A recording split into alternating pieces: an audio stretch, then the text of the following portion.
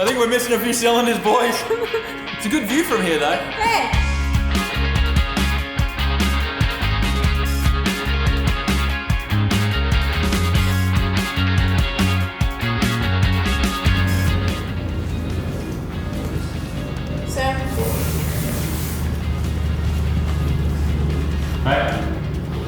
You're washing Riley's feet. Did that turn you on? People pay for that stuff. Today we're going to be working on the Formula Drift car. First thing I want to tackle is something that you guys may not actually know has been causing me issues. And that is this big black cylinder thing right here. This is called a brake booster. And it's in its name what it does. It boosts your brakes. The only problem is in things like drifting, when you're left foot braking a bunch to like keep you in the right line, and then when it comes to tandeming, keeping yourself close to someone and controlling it, it means that your brakes become very inconsistent. You run out of the vacuum that gets stored in the cylinder, and then all of a sudden the car's just very unpredictable, and like even though you touch the brakes with the same pressure as you did before, it reacts differently, and it's very hard to predict, and it makes things just very, very, very, very inconsistent when drifting. So the best way to fix that is to completely remove it. That's what we're doing today. We got some goodies to show you.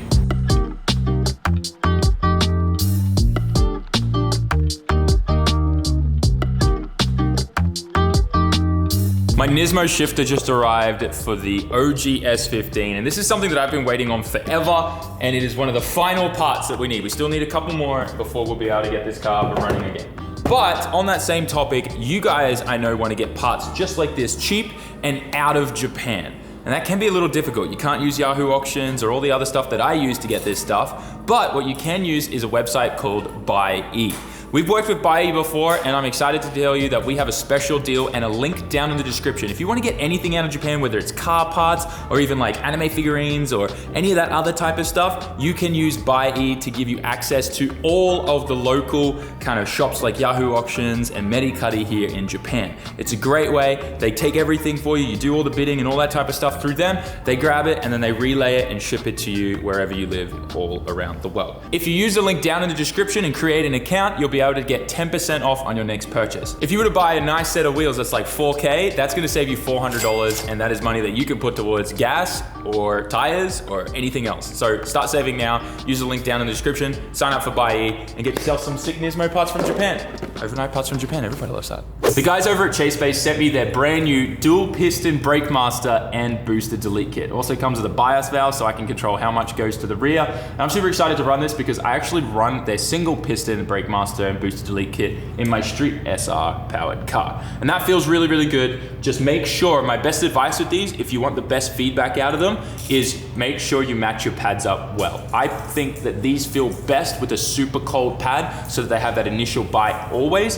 But if I'm going to the track and doing some kind of like long hot lapping, you want a pad that kind of warms up over time. Now, this is going to be a firm, hard pedal compared to what you're used to with a booster, sorry. So just take that in mind, but you can get these feeling really, really, really amazing as long as you have a cold pad and get a true cold pad. They're kind of hard to find. Do your research. Make sure all your brakes and hydraulics match up with the master that you're going to be running. But obviously for drifting and pro racing, no one runs a booster. This is what we need. So we're gonna be running this. We're also got their clutch master set up, and this uses a Tilton master. This thing is beefy, it's awesome, and a little reservoir here that puts this elsewhere. And the best thing about this is gonna give us way more room in the engine bay for our massive 4-inch dump pipe that we're gonna be running with the G40 this year. So that's super important. We got a ton of their heat sleeving too. This is gonna mean that none of our lines are gonna get melted and catch on fire like they did last season. And we got their brake line kit too. So we're all sorted. We're gonna do that. The other thing to do is to get dressed. That's much better. Check it out. There's a hydro here and it says do better. I like that. Always do better, guys. Simple message. Also, am I the only one that just recently found out that the owner of ChaseBase, his name's Chase? Like, the more you know, right? Anyways, I met them at Auto Salon. It was really cool to meet them in person. And they were kind enough to sponsor and obviously send their stuff for my FD car, which it doesn't matter. I would have bought it anyways. I love their stuff so much, which is why I use it in all my other stuff. The bays look great. Also, I'm gonna start a new brand, SAMMIT bays, because our bays look clean too. That was so cringe. I love it though. It's time to get rid of the Nissan OEM stuff and put something nicer in here and clean up this corner. This has been is it Bane or Vein? Bane. The bane of my existence. Not the main bane, the bane.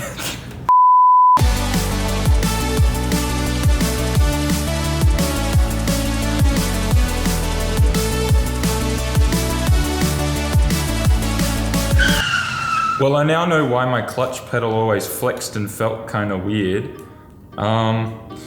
There's nothing wrong with doing this, just how it was done in my car. Like, look at the hole they cut in my firewall. I'm gonna have to weld a plate on that and reinforce that before we can move on.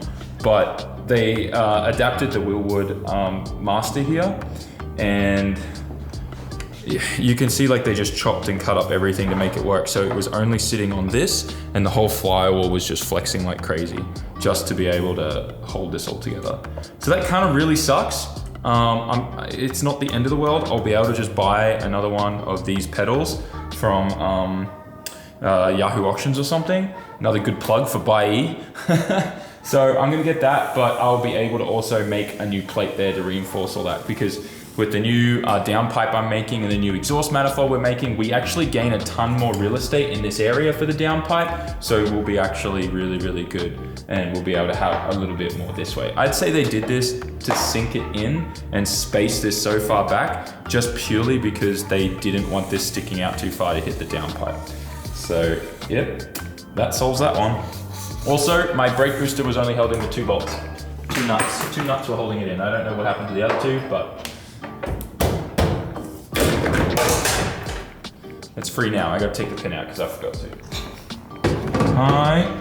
No more booster. I'm glad that no weird cuts were made there. That looks normal. I'm gonna have to leave both of these off. We're gonna have to definitely reinforce plate that. I should be able to make that today. I'm just trying to think how to tackle it. So the firewall was there. It's literally the same. That's awesome. So if you're looking for more space for your downpipe, definitely grab this Chase Pace clutch kit, the master kit. That is awesome. So yeah, if Chase Bays existed when the guys that built my car in Australia, they probably would have just used this, because this is awesome. I always thought my clutch pedal just felt so unnatural and strange, and I think that explains it. It was flexing so much. Look at this. Like, how does that even like?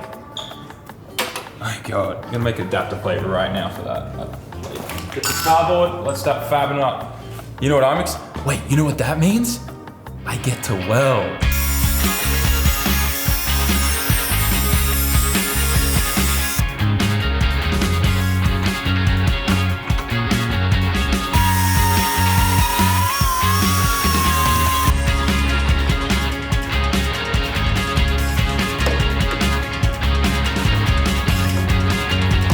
That's almost spot on.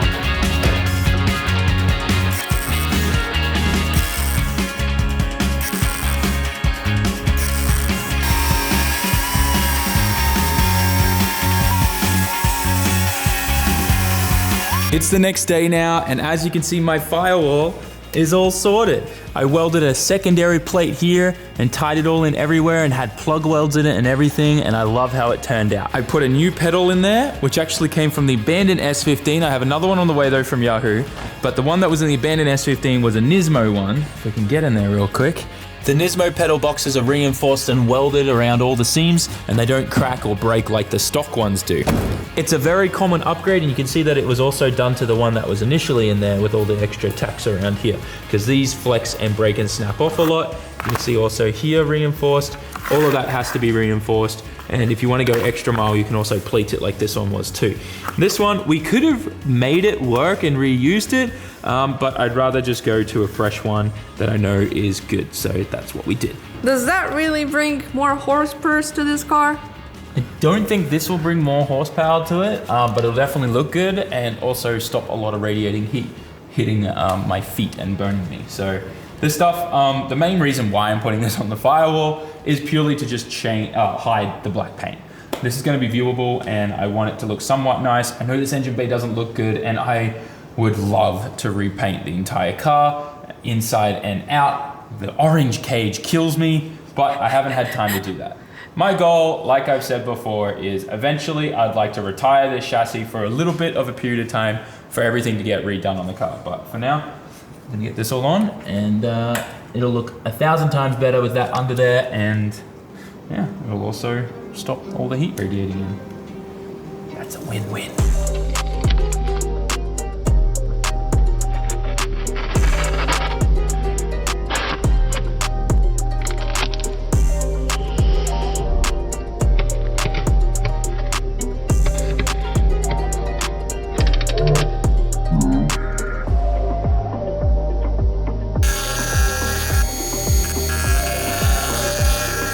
And just like that, we got the brake master, the clutch master, everything installed. I'm really excited about this setup. It solves the entire issue of whenever I'd pop the hood, I'd look in this corner and just be like, ugh. But now this is solved. The only thing that's gonna drive my OCD wild is how bad the paint is with all the black and chipped off paint just everywhere in this bay. Maybe I'll just gold tape the whole firewall at this point. We'll see how bored I get. But yeah, everything's in there.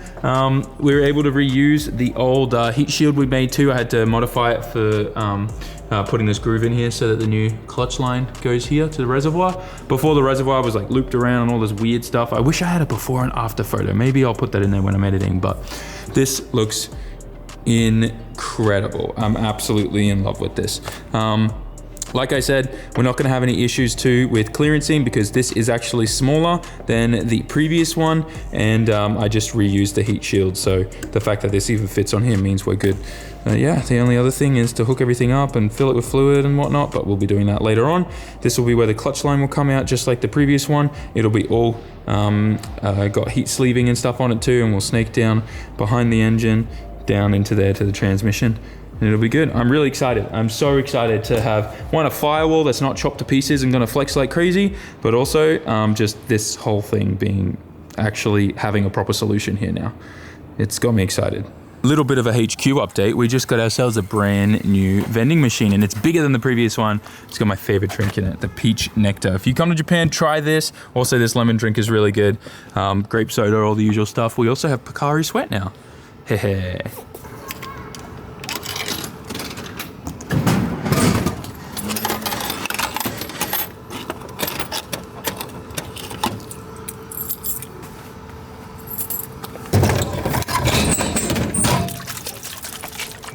It's no ASMR coffee time, but it'll do. ASMR peach time.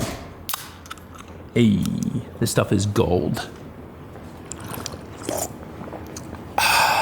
I just finished laying out all the brake lines, got the heat shielding and everything on there, and now all that's pretty much left to do is fabrication. And that's where this spare 2JZ block comes in. I just borrowed this off Shinji Minoa today, and we're gonna be sitting this in there with my head on it so that I know where the engine's going to be sitting, and I can obviously put the manifold on, the turbo on, wastegate, and start fabricating everything up. So from there, we just gotta fabricate all that up, and then at the end of this week, this is off to the frame shop. Marco's gonna straighten out the frame in the rear after the wall hit. So even though it may not look like it right now, there is a lot happening behind the scenes with the Pro car, and there is still a lot that has to be done.